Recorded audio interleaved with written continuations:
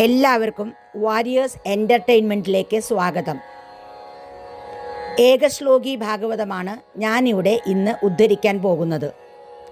ഭാഗവത പാരായണം നടത്താൻ കഴിയാത്തവർക്ക് ഈ ശ്ലോകം മാത്രം ചൊല്ലിയാൽ സമ്പൂർണ്ണ ഭാഗവത പാരായണ പുണ്യം ലഭിക്കുമെന്നാണ് മുതിർന്നവർ പറയുന്നത്. അതിനാൽ എല്ലാവരും രാവിലെ എഴുന്നേറ്റ് ഭഗവാനെ പ്രാർത്ഥിച്ച് ഏകശ്ലോകി ഭാഗവതം ചൊല്ലുക, ഭഗവാനിൽ നിന്നും അനുഗ്രഹം വാങ്ങുക. ഏകശ്ലോകി ഭാഗവതം.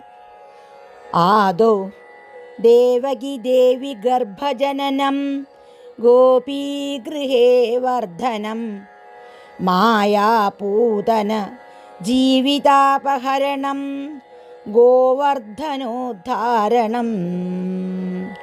കംസച്ഛേദന കൗരവാദിഹനനം കുന്ദീസുതാപാലനം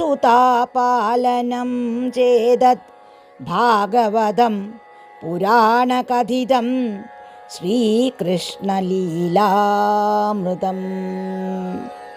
നന്ദി, നമസ്കാരം.